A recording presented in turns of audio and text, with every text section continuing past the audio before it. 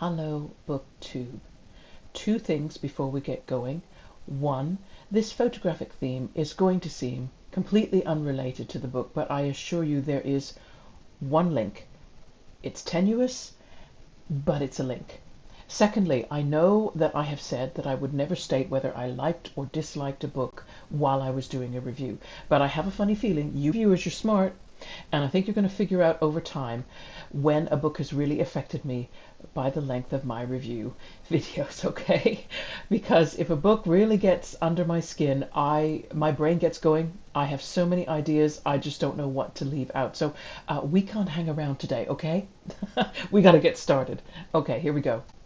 Right, the book we are reviewing is the infamous Gore Vidal's Myra Breckinridge, published in 1968, actually. This is the UK edition, which came out a year later.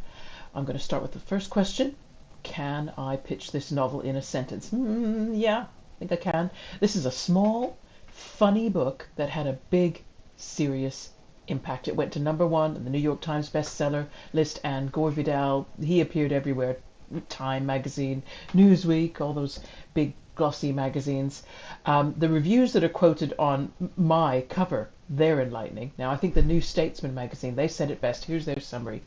Myra should be enjoyed as a romp, but the harsh, accurate social satire must be digested. It's very good. We'll get on to that later. When the book was published, it was shocking. Some of the back cover reviews, they use words like savage, alarming, outraging many, right? Okay. The most amazing statement I found was on the copyright page of this book. You gotta see this. I bet good money that Gore Vidal himself wrote this, because there's sarcasm dripping from every word. So the statement on the inside cover reads, quote, "Wanting in every way to adapt to the high moral climate that currently envelops the British Isles, the author has allowed certain excisions to be made in the American text." Oh, excisions. That's a Vidal choice of word. I would love to know what was taken out, given how much was left in, but okay, we'll save that for later on. Next question. How many pages long?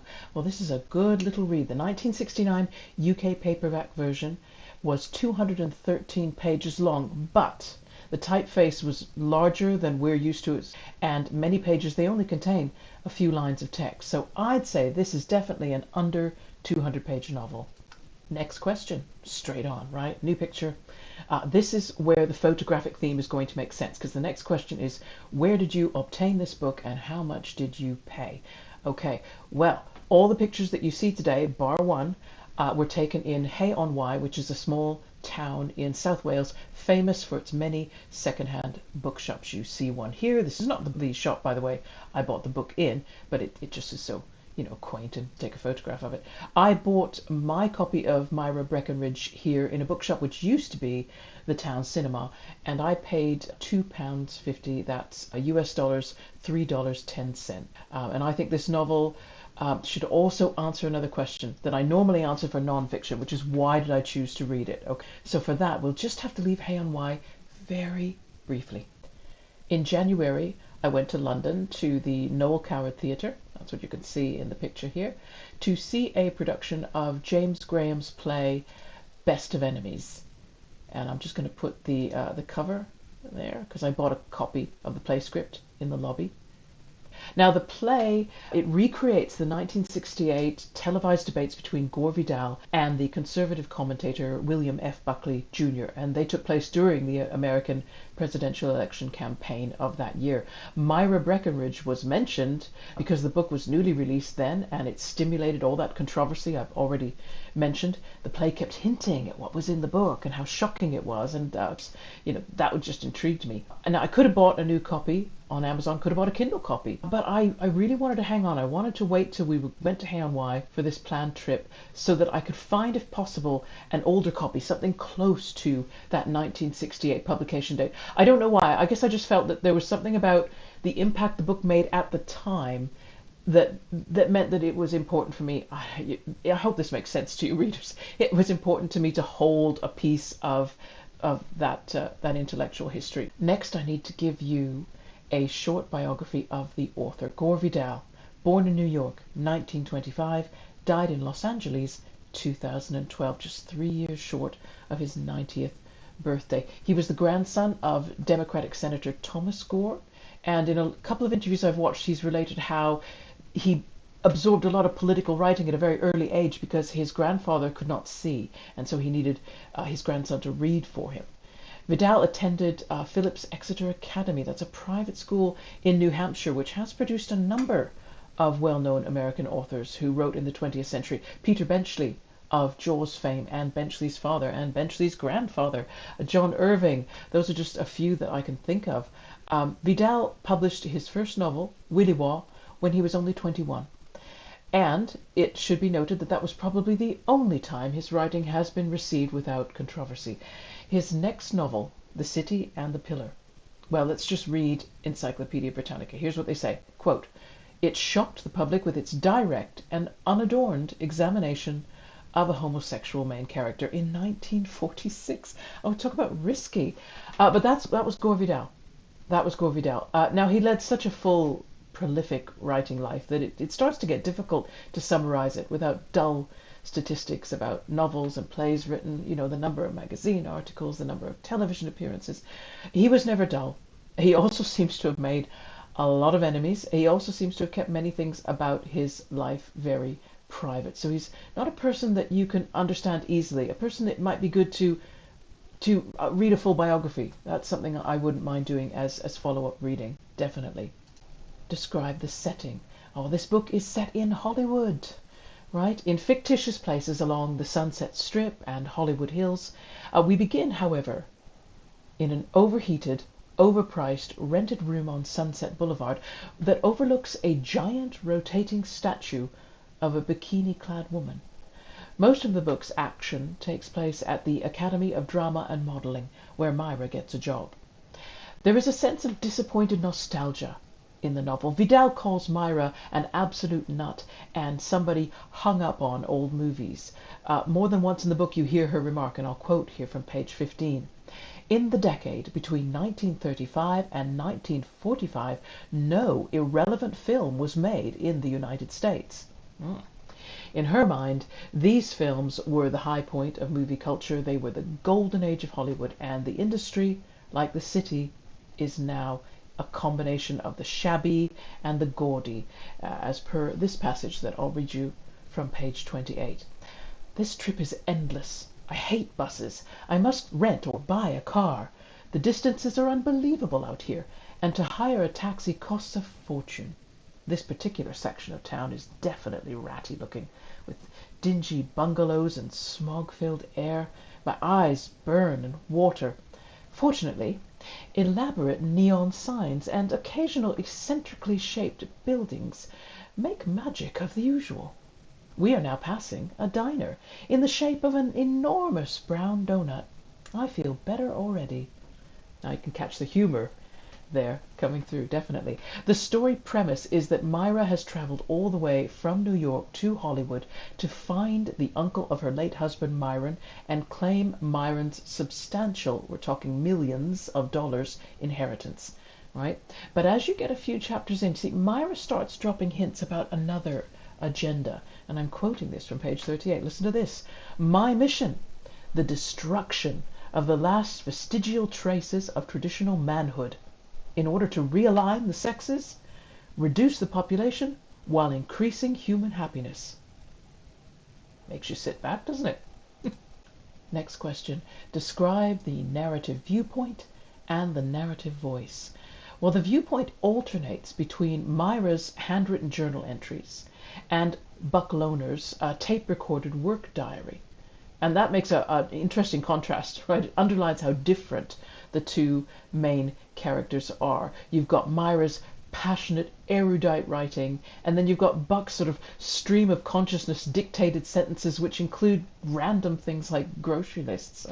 I'll read you two excerpts that will just show you a flavor of both characters, right? Myra first, then Buck Lohner. So here's Myra.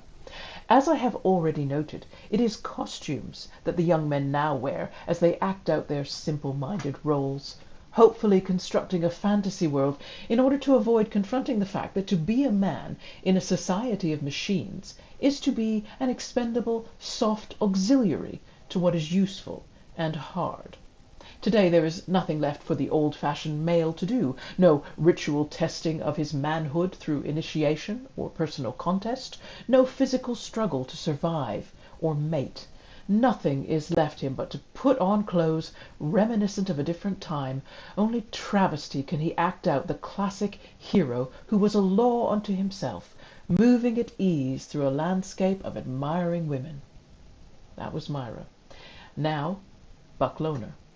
To be exact, the mothers and fathers of the girls objected, even though this is the era of the Playboy bunny, so that very good idea came to naught, period, paragraph. Change Monsieur's appointment from this afternoon to tomorrow. I must go into town for a conference with Letitia Van Allen, the best actor's agent in this town for young stars of tomorrow, having in her pocket practically the key to casting at Universal. Oh, don't forget to pick up sour cream for Bobby's beef stroganoff.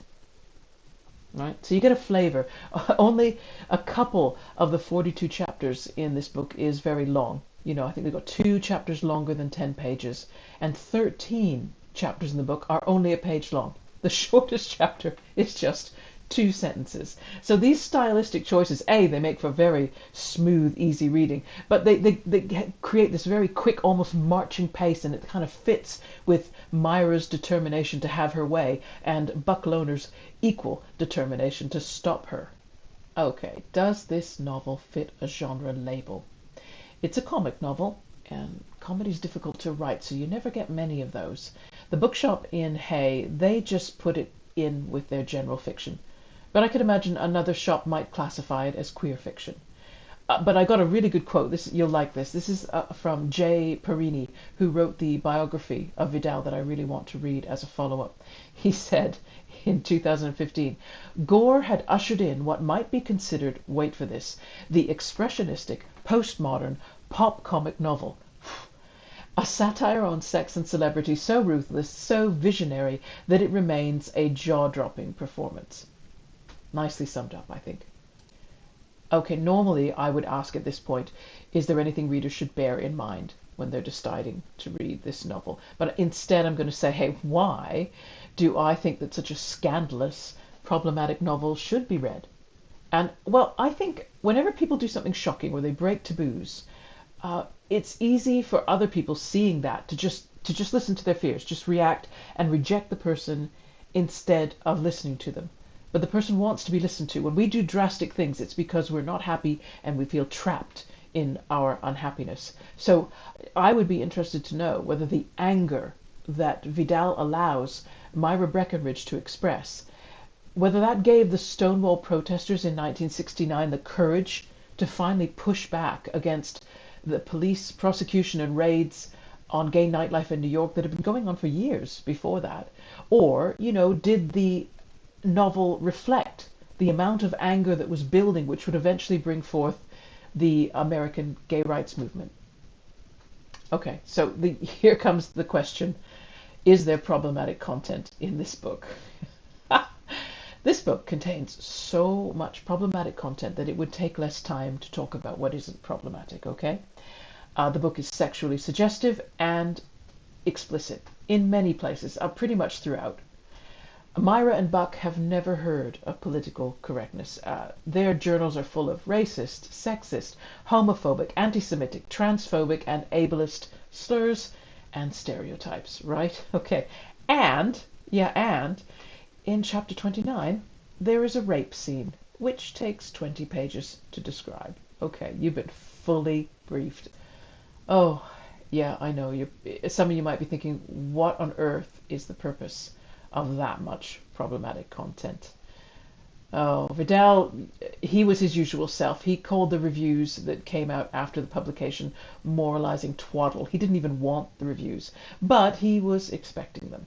He knew who would be provoked and outraged and how. But he also said in one interview that no one ever discussed what exactly the book was trying to attack, which was the need to change public attitudes to human sexuality and gender. Vidal himself, he believed all humans were bisexual by nature, And so he felt that, the usual traditional American insistence that sex had to be heterosexual, monogamous, matrimonial, that it was restrictive and it caused people a lot of frustration, a lot of built up anger. So Myra is just an exaggerated expression of that anger against sexual conventions, which is seeking to attack and destroy them. And so that is why she attacks and destroys. Okay. Any suggestions for related or follow-up reading? Well, if you're feeling brave enough, thick-skinned enough to go ahead and try Myra Breckinridge, then I recommend J. Perini's biography of Gore Vidal. Perini met Vidal when the latter was a lot older, more out of the public eye. So I feel, just from the portions that I've read so far, I've got a Kindle version of that, I just feel it's a more intimate look at the real man as opposed to the public intellectual and celebrity. Which not entirely, but just a little bit more. I'm quite enjoying that. I'll put a link in the description box of my channel to where you can get to that book, and also a link to the April 1968 radio interview that Vidal gave about Myra, because it's really nice to hear the man himself react to the reactions to his outrageous book. And that's it, okay? Like if you want to like, subscribe if you want to subscribe, but you guys must need a rest now, so I'm just gonna wave goodbye from my corner up here and let you have a sit down and a hot drink and gather your thoughts again. Really nice to see you all again, and I'll catch you at the next video, which will be a little coffee break, because you'll need one, right? Okay, see you then. Bye-bye.